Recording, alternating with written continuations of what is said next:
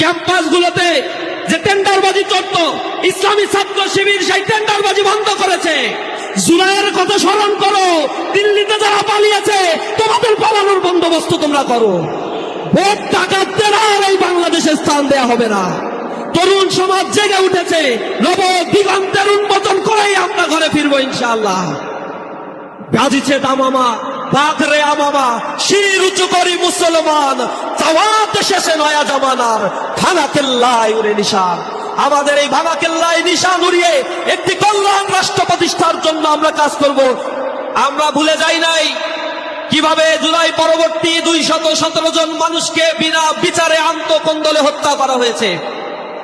আমরা ভুলে যাই নাই এদেশের মানুষকে লাঞ্ছিত করে কিভাবে প্রতিটি জায়গায় চাঁদাবাজি, টেন্ডারবাজির মহাযজ্ঞে পরিণত করা হয়েছে।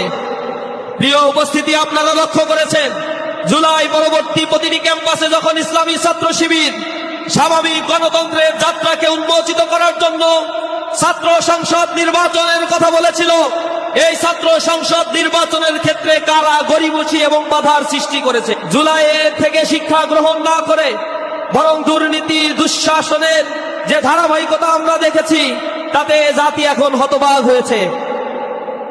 যারা দুর্নীতিমুক্ত বাংলাদেশ গড়ার জন্য জনগণের সামনে এখন কথা বলছে, এ জাতির মনে আছে 2001 সাল থেকে 2006 সাল পর্যন্ত হাওয়া ভবনের কথা। ছাত্র সংসদ নির্বাচন করেছে, ছাত্র সংসদ নির্বাচন করতে বাধ্য করেছে, তখন শিক্ষার্থীরা আমাদের পক্ষে রায় দিয়ে নতুন একটি ক্যাম্পাস বিনির্মাণের জন্য আমাদের হাতে দায়িত্ব অর্পণ করেছে। 5টি ছাত্র সংসদের নির্বাচন পরবর্তী ক্যাম্পাসগুলোর শিক্ষার্থীরা সাক্ষী, গোটা জাতি সাক্ষী। ইসলামী ছাত্র শিবির দায়িত্ব গ্রহণ করার পরে ক্যাম্পাসে কিভাবে সেখানে একাডেমিক সুষ্ঠু পরিবেশ নিশ্চিত করেছে, জবাবদিহিতা নিশ্চিত করেছে। ইসলামী ছাত্র শিবিরের ভিপি জিএস নির্বাচিত হওয়ার পরে এজিএস থেকে ক্যাম্পাসের প্রতিটি সদস্য পর্যন্ত তাদের বিরুদ্ধে চাঁদাবাজের একটা অভিযোগ আনতে পারবে না কেউ, দখলবাজের অভিযোগ আনতে পারবে না কেউ। কখনোই বল প্রয়োগ করে অন্যের উপরে ইসলামী ছাত্র শিবিরের একজন নেতা কর্মী কোন কার্যক্রম পরিচালনা করেছে তার প্রমাণ তারা দিতে পারবে না। আমরা ক্যাম্পাসের প্রতি মাসে যে কার্যক্রম করেছি শিক্ষার্থীদের কল্যাণে, তা জাতির সামনে আমরা সংবাদ সম্মেলন করে উপস্থাপন করেছি। বরং ইসলামী ছাত্র শিবির থাকার কারণে ক্যাম্পাস এবং ক্যাম্পাসের পার্শ্ববর্তী জায়গাগুলোতে মাদকের অভয়ারণ্য ছিল, সেই মাদক সিন্ডিকেট ইসলামী ছাত্র শিবির চিরতর বিলুপ্ত করেছে।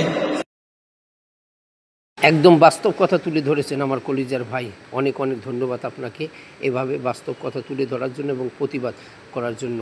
এভাবেই সব জায়গায়, পৃথিবীর সব জায়গায় আমাদের এই অবস্থান থাকবে এবং গর্ব।